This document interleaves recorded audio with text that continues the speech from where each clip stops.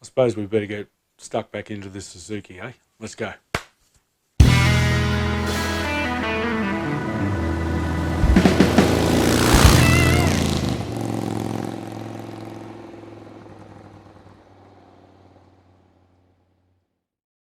Well, g'day everybody and welcome back.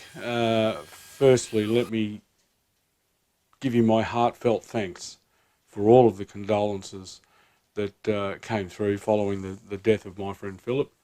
It was quite a shock, took me by surprise, and it was very touching to see all of the people who reached out, everybody that shared their story, because this disease, cancer, has touched and devastated so many lives around the world. It's indiscriminate. And even though I may not have replied to every one of your comments, I can assure you that I read every one of those comments. And it was a difficult time for me, and it was very difficult to read some of those comments. However, it gave me strength and helped me realise that, you know, I'm not alone in this world and that everybody else is. There's a lot of people out there. Most people will be touched somehow by cancer, either directly or indirectly.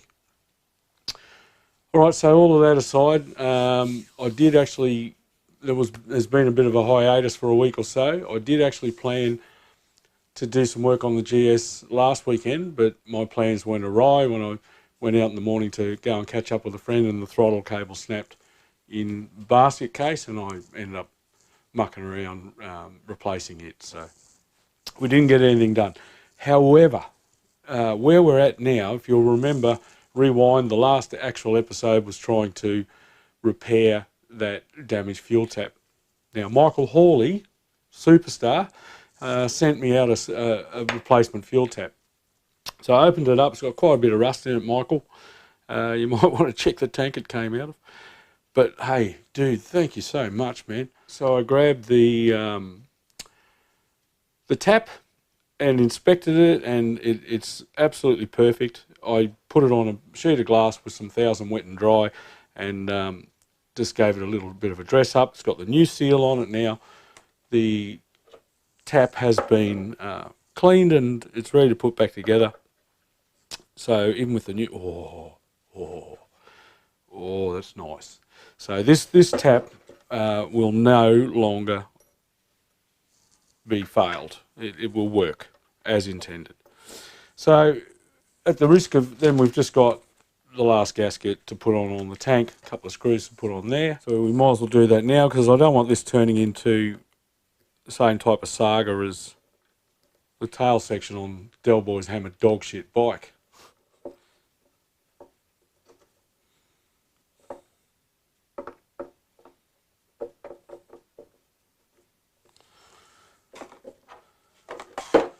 Right, so there we go. We now have a GS1000 fuel tap that's been cleaned, re-kitted, the face has been touched up, and it's nice and firm, all new seals in there.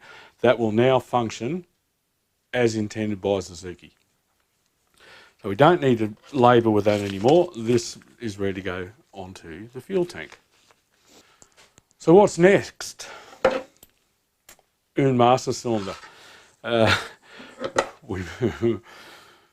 back brakes are working. They're working fine. As you're aware, I just basically cleaned them out, put new fluid in them, and away it went. I didn't have any issues with that. But this front brake master cylinder is another kettle of fish. It's been knocked about quite a bit. The paint's has had a lot of stuff spilt on it over the years. It's got the corner cut off the reservoir here, and that piston is seized in there.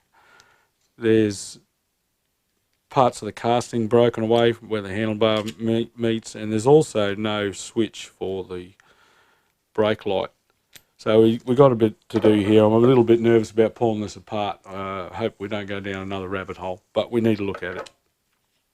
So let us do that. So we have our standard banjo fitting, which is gangrenous, full of rust. I've already loosened off these lever mounting nuts and the bolt because they were fairly heavily corroded, and I don't have any spanners here at home anymore. I've only got, I think I've got a 10mm opening ring spanner and a shifting spanner. And it's not even a good shifting spanner, it's a cheap one. So we'll just remove the lever.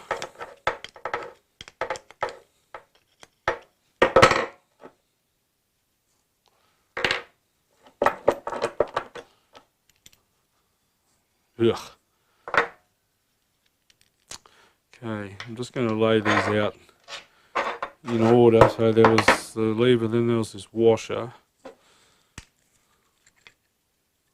there's a heap of packing in there. I don't know what that's all about. And then you can see down in there is the piston. A lot of scummy stuff. There's a boot on there that's completely destroyed. See if we can get this top off. Alright, let's have a peek in there. That's all hard. Cap's damaged. The actual reservoir itself has been exposed to a lot of sun and God knows what else. It should pop off of there. Let's get a screwdriver and see if I can't pry him off. Got him. It's pretty horrible. Yeah.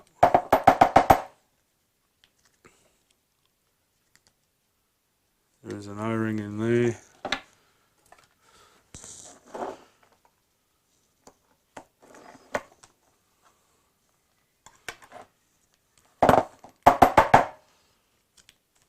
And of course there is the replenishment port and the compensate, or the people call it the spruge hole or some bloody thing. It's actually a vent port, and they were chockers. Yeah, it's not very nice in there. So now I'm going to try and get down in, get that seal, that damaged seal out of there. See if I can get to the circlip and see if we can't get that piston out. So we don't do any more damage. I'll just remove these. I might as well remove that too. Presume that's got something to do with the brake switch. Oh, that's horrible. Heavily corroded. Back to the matters at hand.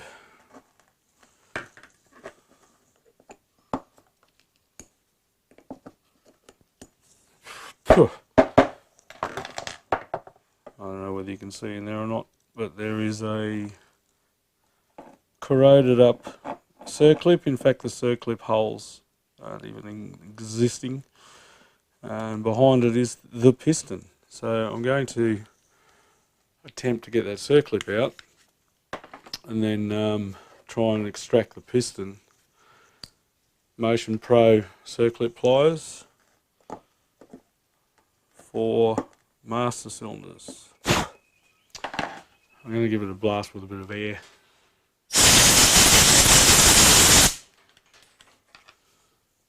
We now have holes visible.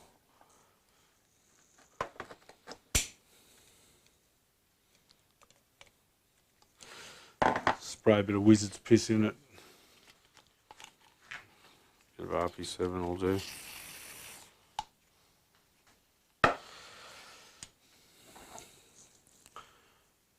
Try again. Just trying to twist it in the groove because I can get a hold of it, I can compress it, but it doesn't want to move.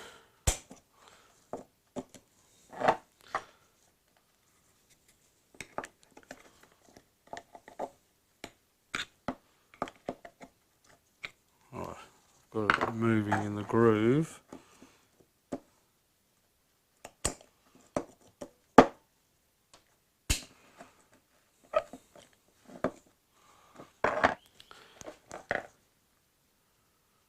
I think that's got to come out with the piston, so I'm just going to try and get that piston moving.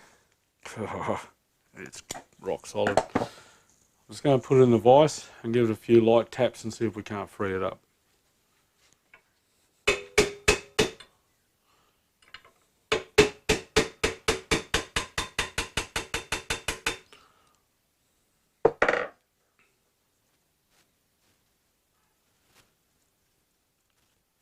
Oh, you're kidding. I've broken the tip off. Damn it. Thankfully it wasn't before I actually got the circuit clear. Oh, damn it. I've successfully been able to hammer it down in there, now I can't get it out. I'll try blowing it out with some air.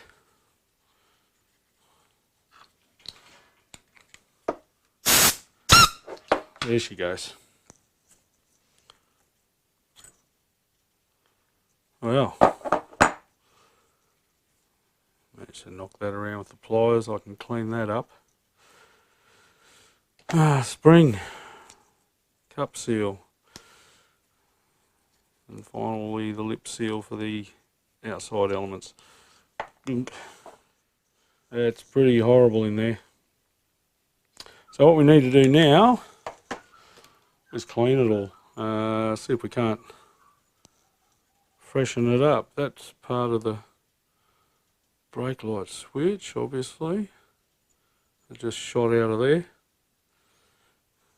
I need to investigate how that little fella works. So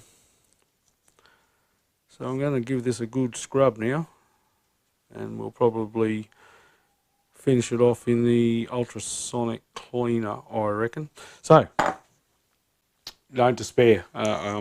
Provided the corrosion in the bore where the piston operates isn't too severe, if it's if we can hone it, lap it out with some wet and dry, we should be okay, and we can put bits in. I mean, I've got a complete seal kit here for the piston assembly, and I've also got a brand new reservoir.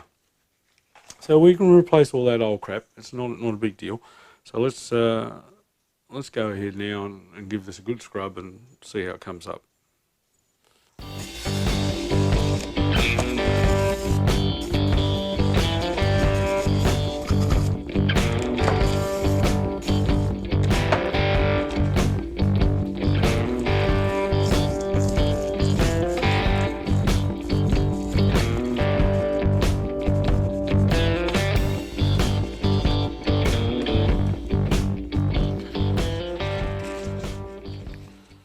So what I've done here is I've just got a piece of tube and I cut a slot in it with a hacksaw.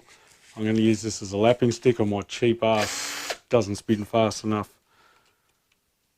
home battery drill.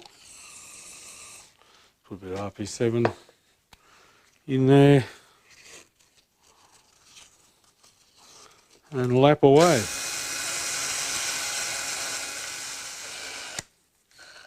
Try something a little bit more coarse. This is 600 grit. I had 1,000 in there.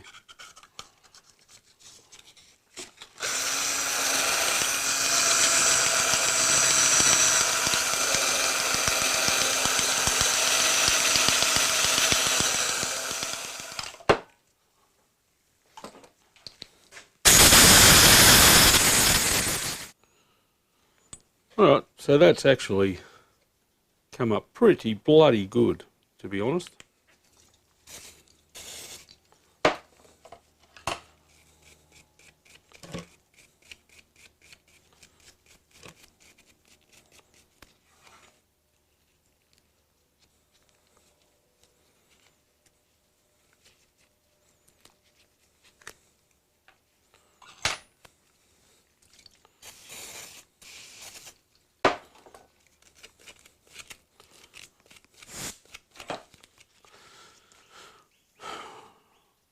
Alright, so that's cleaned up not too bad. I touched up that lip there where I damaged it with the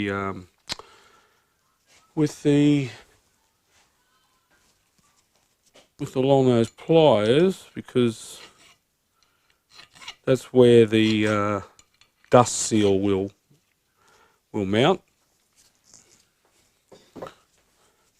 So all we're going to end up using out of the original assembly is the main housing, the main body, the piston, and the circlip. That's about it. Everything else will be replaced. I mean, obviously we'll use the lever and other bits, the handlebar clamp, etc. But I'm pretty happy that's cleaned up reasonably well. So I'm going to now chuck these three components into the ultrasonic bath and just give them a bit of a soak. I just use water and a bit of dishwashing liquid, and we'll see how it comes out.